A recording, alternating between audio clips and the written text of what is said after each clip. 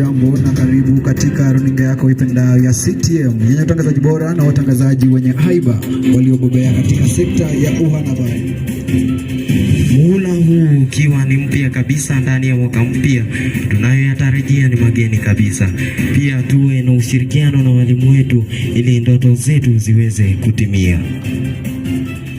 Katika suala la nidhamu, hasa labda wewe mwenzangu, unafikiri suala lipi linapelekea wanafunzi kutokuwa na nidhamu?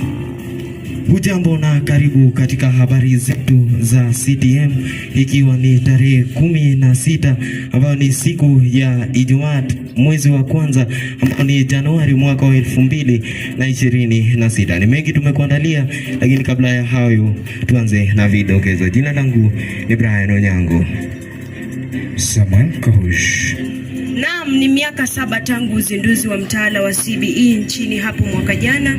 Wanafunzi wa gredi la 9 walikalia mtihani wao wa kitaifa uliowafungulia milango ya kujiunga na shule za upili katika sehemu kote nchini. Shule ya Mtakatifu Kolumba ni moja ya shule zilizowapokea wanafunzi wa CBE toka hapo majuzi ya tarehe 13 huu mwaka.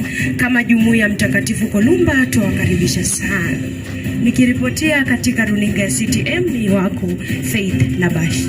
Mtazamaji, tupate habari za michezo na Yegon Junior na AK Valencia.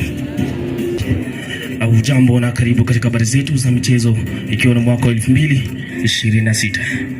Basi wanariadha wa shule ya Mtakatifu Columbus wanaombwa kufanya mazoezi yao wenyewe, kwani itakapofika tarehe 2 mwezi ujao wataweza kutuonesha walichofanyia mazoezi, na hapo ndipo wataweza kuchaguliwa na kutupeleka katika michezo.